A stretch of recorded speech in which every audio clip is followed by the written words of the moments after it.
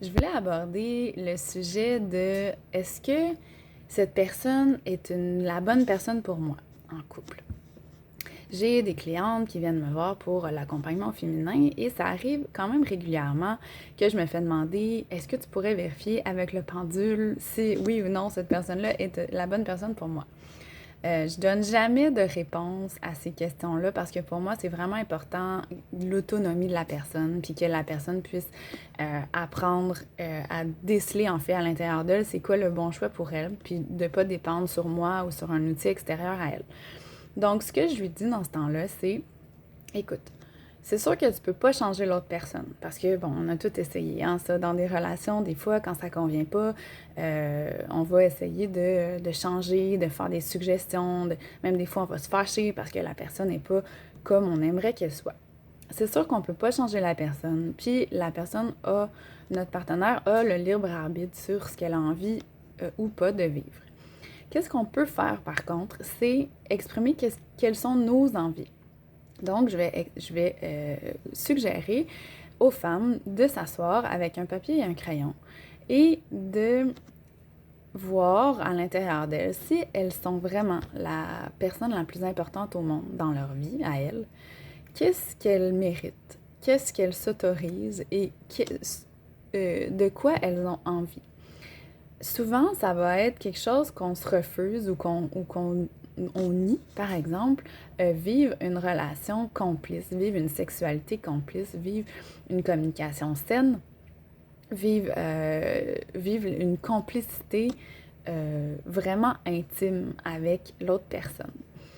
Et vous avez le droit de vouloir vivre ça. Vous avez tous les droits. Vous avez le droit d'avoir ces envies-là.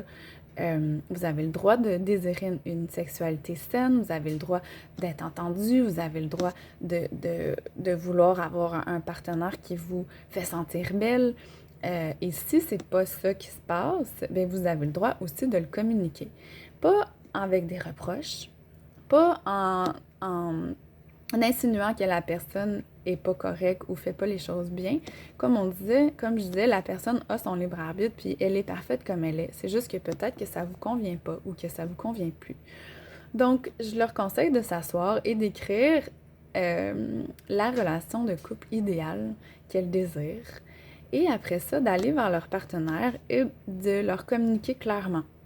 Regarde mon amour, moi, j'ai envie de vivre ça. J'ai envie de vivre une communication saine, j'ai envie de vivre une complicité, j'ai envie qu'on aille manger au resto ensemble, j'ai envie que notre sex life soit incroyable.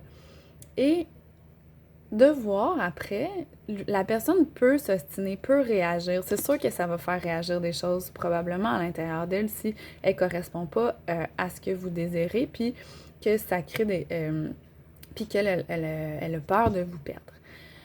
Mais une fois que c'est fait ça, la balle est dans son camp, les cartes sont sur la table, il y a toujours des solutions. Si vraiment la personne vous aime, veut rester avec vous,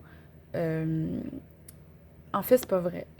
Si la personne, en fait, va faire sa décision par rapport à sa carte du monde à elle, si elle veut aller faire des workshops, des ateliers, elle va en faire.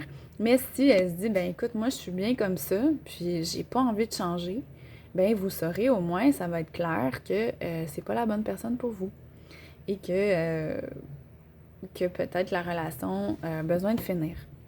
Fait que c'est une façon vraiment simple, en fait, de mettre la clarté dans une relation, puis de permettre plus en fait, de vivre ce qu'on a vraiment envie de vivre dans la relation à travers la communication. Voilà, je suis là pour vous aider, mesdames, si jamais vous avez l'envie d'être accompagnée dans ce genre de processus-là ou dans tout autre processus d'ailleurs qui vous traverse au niveau émotionnel, relationnel, psychologique, physique, peu importe les blocages que vous rencontrez dans votre vie, je suis là pour vous accompagner. Puis ça va me faire un grand plaisir de faire ça avec douceur et intelligence. Je vous souhaite une super belle journée et au plaisir de vous revoir.